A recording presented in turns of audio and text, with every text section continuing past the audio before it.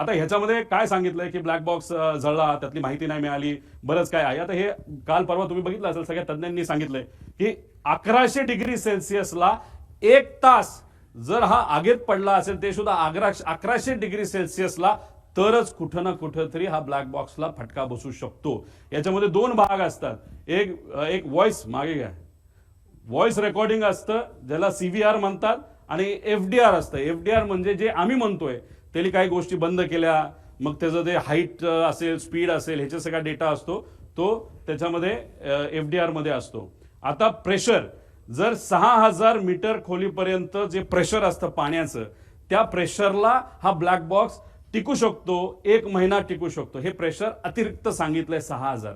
म्हणजे समुद्रात वेगळं असतं, म्हणजे कितीतरी हजार हत्ती त्याच्यावर उभे केले, एवढं प्रेशर त्याच्यामध्ये असतं. आणि आगीच्या बाबतीत मी सांगितलंय. आता आगीच्या बाबतीत लोक म्हणतील रे असं नाही, तिथं खूप मोठा ब्लास्ट झाला.